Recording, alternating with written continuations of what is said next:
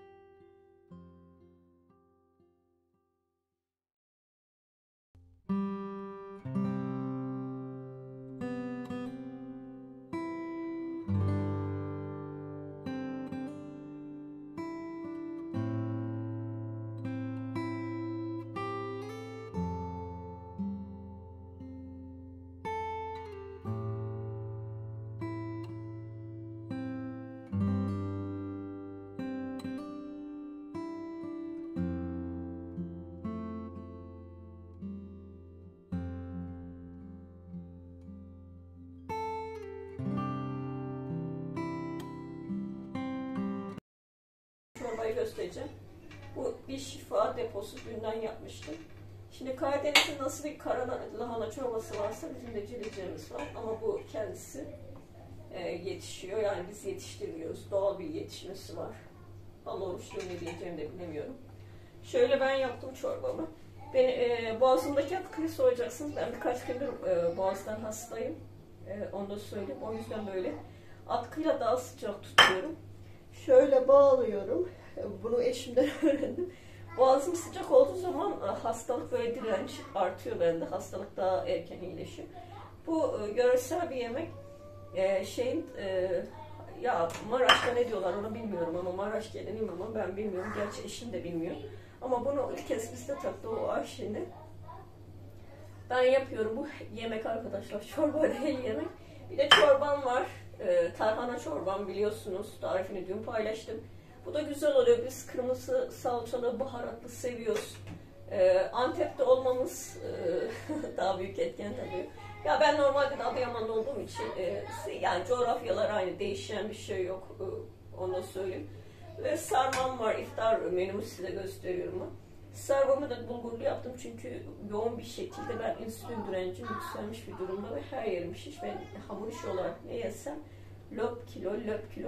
Ramazan'dan sonra bir kan tahlili verip yürüyüşe başlayacağım. 2 saat yapacağım. Boy direnci bir de ketonojik diyet çok iyi geliyor ama ben yapamıyorum. Bir tek yapamadım diyet o. Yapamam yani. Şu an kendim hazır hissetmiyorum. Belki bir ilham gelir birden başlarım. Bu şekilde bir tarhana çorbası biz kırmızı yaptık. Hatta içine sarımsağı, kırmızı kapya bibere ondan sonra aretanın salçasını koyuyorum ve karabiberini koyuyorum. Çok harika bir şey oluyor. Bu arada ben de iftar yaklaşıyor. Çayımı koymayı unutmuşum. Bir de size sesli vlog çekeyim bir ay boyunca bakalım. Kitle hangisini istiyorsa, ister sessiz. Ben hepsini anlatabilirim. Beni görmek istiyorsunuz videolarda, evet haklısınız. O yüzden yemeklere daha bir uzak olabilir. Şöyle çocuklara ben tekrar koyayım. Bugün böyle dilice yaptık. Hatta bir tencere yapmışım. Ben yemeklerimi fazla yapıyorum. Hatta bir gün önceki 2 gün boyunca tüketebiliyoruz. Fazla yiyen de yok şu an. Hem de benim için iyi oluyor. Kafesi hazırladığım için. Eşiniz zaten çok takıntılı değil. Her gün taze yemek isteyen birisi değil. Yemek için kıyamet kopartan bir eş de değil. O konuda rahatım. Allah'ın ay bazen pis boğaz erkekler olur ya. Karlarını döven. Zaten ben de o konuda hakkını veriyorum yani yemek gibi. Bazı kadınlar var yani koca erkekler vardı. Yemekte var ya iftarda tabak çanak dağıtan yemek için kıyamet olur. Allah'a şükür onlardan değil ben biliyorum ama siz onlardan mısınız? Benim erkek izleyicilerim varmış. Öyle diyorlar. Biz de buradayız diyorlar. Erkekler niye izliyor? Ben çok merak ediyorum. Ya erkekler izliyormuş ya vlogları ya. Geçen birisine sordum, ona çok teşekkür ediyorum. Bana çatır çatır her şeyi verdi. Benim için çok iyi oldu. Çok da teşekkür ediyorum kendisine. Yorumları da ben kaldırdım. Ya bu şekilde yemeğim de hazır arkadaşlar. İftarda hazır. Ama bir yarım saatten fazla bir süremiz var. O yüzden çorbam biraz daha kaynasın diyorum iyi. Böyle küçük göze aldım ben. Ne kadar kaynarsa iyi olur. Şunu biraz açacağım ki soğusun. Şöyle kızlarınkini vereyim. Kızlar şu an kavga ediyorlar. Müthiş kavgaları var onların. Bitmiyor. Onu duyabilirsiniz sesli video çekerken. Bir duygusal durumları falan. Büyüdü mesela satrançta ilk biri, ikincisi oldular. Bizi çok mutlu etti kendi grubunda.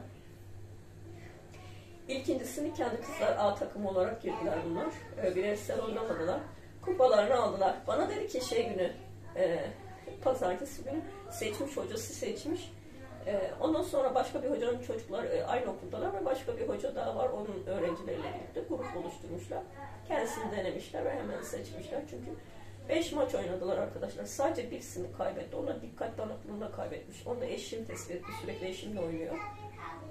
Başka kimseyle oynamıyor. Bir kursa gidiyor. Okulun kursuna gidiyor. O kadar yani. Bana dedi ki ben pazartesi sabah dedi ki ben kupa almaya gidiyorum dedi. Bir insan özgüveni böyle bir şey olur mu? Yok ya dedim. Her zaman gidiyoruz. Kulüp çocuklarla oynuyor falan dedim. Kesin dedim bu kez dedim. Üzülüp gelecek falan. Biz gitmedik, öğretmeni götürdü. Çünkü okulda öğretmenleri götürdüler. 3 gün boyunca gittiler onlar. Her sabah 8.30'da kalktılar. Beslenmelerini koyduk.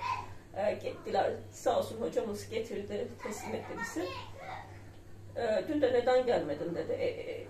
Küçük kızım var. Ana sınıfına gidiyor 4 yaşında.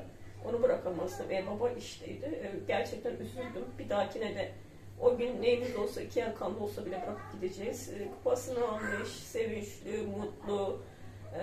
Ben de eşime sordum. Dedim ki dedim ya dedim Elif Gökçen'i bir ara bakalım ne yapmış falan hocasını. Hocasını aradım. Hoca görüştü. Eşim aradı beni. Eşim de hep sürprizleri sever. Bana dedi Elif dedi geliyor dedi. Allah Allah dedim. Kupa falan yok mu? Benim işim vardı dedi. Kapattı dedi eşim o an. Ve şimdi benim de bilmem gerekiyor. Eşim de biraz böyle tepki falan koydu, kapattı. Bir öğrenmemem için. Ben emeği vaat dedim. Kazanamadılar falan dedim. Sonra öğretmeni bir saat sonra bana resim attı sınıf öğretmeni. Annemiz de ikinci olarak okulunda falan. Müthiş mutlu oldum yani. Öğretmenimizden Allah razı olsun. Ben de çok mutlu oldum. Bana büyük sürpriz oldu. İşte okula gittim. Okulda kendim aldım falan. Sevindi, etti, eyledi. Ama özgüven çok önemli bir şey. Çünkü çok önemli. Takım arkadaşları da çok iyi. Birisini çok yakından tanıyorum. O çok iyi ama o kız da iyi kendisi gibi. O da aynı şekilde 4 maç kaybedip bir maç kazanmış. Biz bu sene gidemedik yani. İşte satrançta biz ilkincisi olduk yani. Çok büyük, müthiş bir şey. Niye birinci olamadın diyenlere de yahu sen 9 yaşında olacaksın ve karşına farklı okuldaki kişiler gelecek ve sürekli turnuvaya gideceksin. Müthiş bir şey yani. Onun da başarısını öyle sağladık. Zaten zeki bir çocuk, çalışkan bir çocuk. Yani belli şeylerini edinmiş, sorumluluklarını almış. Şu sıralar yani her şeyini mesela geldi o gün satranç günü hep ödevlerini yaptı, etti. Ama ertesi gün şeye gitti satranç turnuvasına. Güzel bir şeydi. Sabah hazırlanıyordu, suyunu her şeyini koyup üstüne hazırlıyordu, kıyafetlerini. Gidiyordu yani çocuk o şekilde. Ve giderken de şey diyordum ben mesela, maçı kazanacaksın edeceksin, moral veriyordum o kadar. Öpüyorduk, kokluyduk, yolu. Şükür kazandı. Yarın onun şeyini göstereyim size, madalyasını.